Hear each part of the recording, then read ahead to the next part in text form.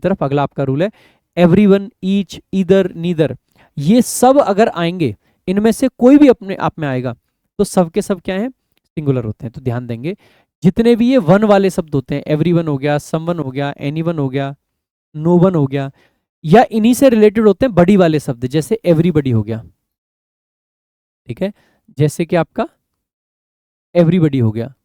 तो जो every one का मीनिंग होता है वही एवरीबडी का मीनिंग होता है। सो एवरीबडी, एवरीवन, समवन, ठीक है, समबडी, नोबडी, एनीबडी। इसके अलावा जो थिंग वाले शब्द होते हैं जैसे एवरीथिंग, समथिंग, नथिंग, एनीथिंग, ये सब अपने आप में कैसे होते हैं, तो सिंगुलर होते हैं।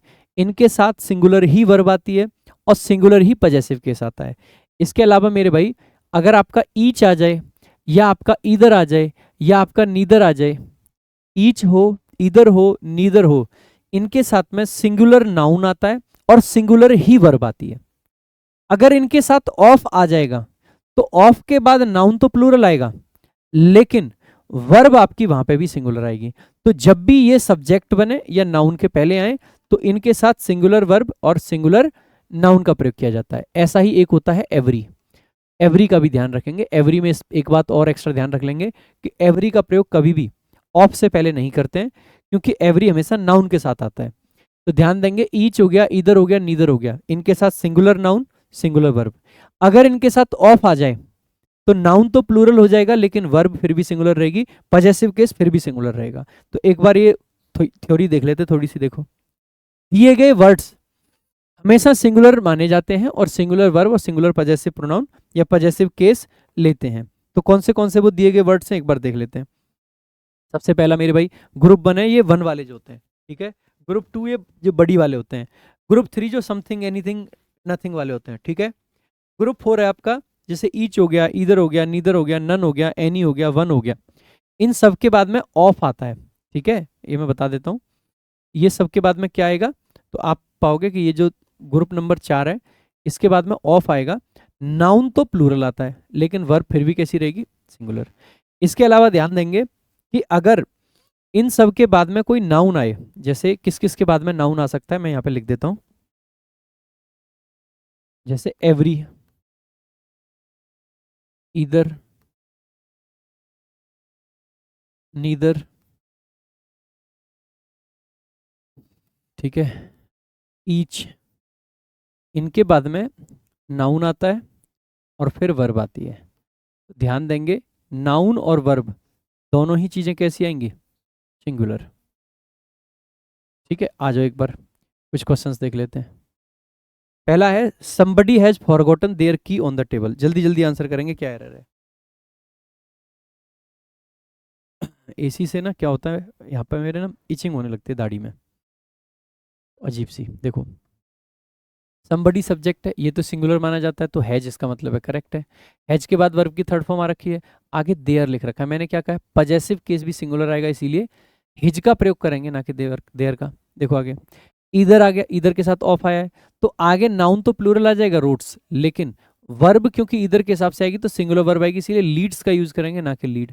आगे एवरी मैन एंड वुमेन, आपको थोड़ी देर पहले ही बताया था कि अगर एक बार एवरी आ गया तो इसका मतलब है कि आगे भी सिंगुलर वर्ब और सिंगुलर पजेसिव केस आएगा, इसीलिए हैज, हिज और हर।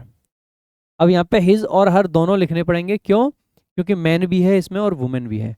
ठीक है, आगे every one of the boys. एक चीज आपको ध्यान रखनी है कि ये जितने भी ये होते हैं ना एवरी वन वगैरह, इनको ऑफ के पहले आप यूज नहीं कर सकते। अगर ऑफ के पहले लगाना है तो एवरी अलग लगाएंगे और वन को अलग लिखेंगे। तो एवरी और वन, फिर ऑफ आ गया द बॉयज। लेकिन सब्जेक्ट तो क्या है, सिंगुलर है, सिंगुलर है तो इज का नहीं किसका यूज करेंगे, मतलब आर का नहीं किसका यूज करेंगे, इज का, सिंगुलर वाले का, है ना। नन आ गया, नन ऑफ द बुक्स। भाई नन के बाद में भी नाउन कैसा है, प्लूरल, लेकिन वर्ब कैसी आएगी, सिंगुलर। नन के साथ कई जगह पे ऐसा लिखा हुआ है कुछ किताबों में कि नन के साथ में प्लूरल वर्ब का यूज किया जा सकता है, लेकिन ध्यान रखेंगे नन के बाद हमेशा और हमेशा सिंगुलर वर्ब आएगी। स्टैंडर्ड इंग्लिश में बात कर लें या एसएससी की इंग्लिश में बात कर लें तो सिंगुलर वर्ब।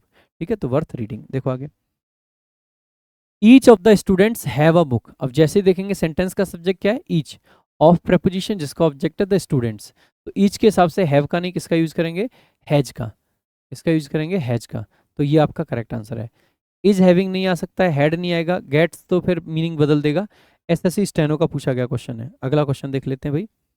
नेक्स्ट आपका क्वेश्चन है, neither of the two brothers are trustworthy. अब नीदर आ गया, ऑफ आ गया, the two brothers are trustworthy. अब नीदर अगर सब्जेक्ट है तो इसका मतलब है आर का नहीं, किसका यूज करेंगे, इसका। अगला क्वेश्चन देख लेते हैं, कौन से पार्ट में आ रहा है, बी में। ये भी स्टेनो का था, ये CHSL 2024 का है।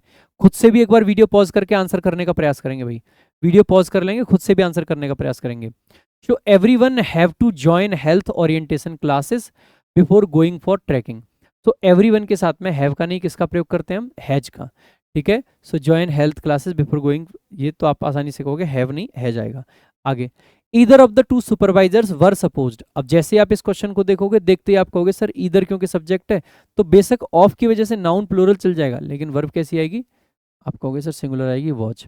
कौन से वाले पार्ट में आ रहा है, बी वाले में। अगला question, each member of the team, sentence का सब्जेक्ट क्या है, ईच मेंबर, ईच के साथ सिंगुलर नाउन आ गया, ऑफ प्रेपोजिशन है जिसका ऑब्जेक्ट है द टीम। अब ईच मेंबर के हिसाब से रिसीव आएगा या रिसीव्स आएगा, आप कहोगे सर रिसीव्स, सिंगुलर वर्ब की जरूरत है ना कि प्लूरल। कौन से वाले पार्ट में आ रहा है, सी वाले में। अगला क्वेश्चन देख लेते हैं। अगला क्वेश्चन है, every curious child want to rip open a toy. जैसे देखोगे ना, एवरी क्यूरियस चाइल्ड, ये सब्जेक्ट है सेंटेंस का। अब क्योंकि एवरी के साथ में आ रखा है तो ये तो सिंगुलर है, सिंगुलर है तो वांट नहीं, क्या आना चाहिए, वांट्स। यही आपका करेक्ट आंसर हो जाएगा, सी ऑप्शन में एरर है। अगला क्वेश्चन देख लेते हैं भाई, मजा आया। अगर आप चाहते हो कि आप सारे 101 रूल्स देखें तो आप देख सकते हैं प्रशांत सोलंकी इंग्लिश यूट्यूब चैनल पर जाकर। और अगर आप चाहते हैं कि सारे रूल्स को एड फ्री देखें, साथ में टेस्ट लगा के प्रैक्टिस भी करें, तो आप डाउनलोड कर सकते हैं टॉपर्स विजडम ऐप, क्योंकि वहां पर सब अवेलेबल है।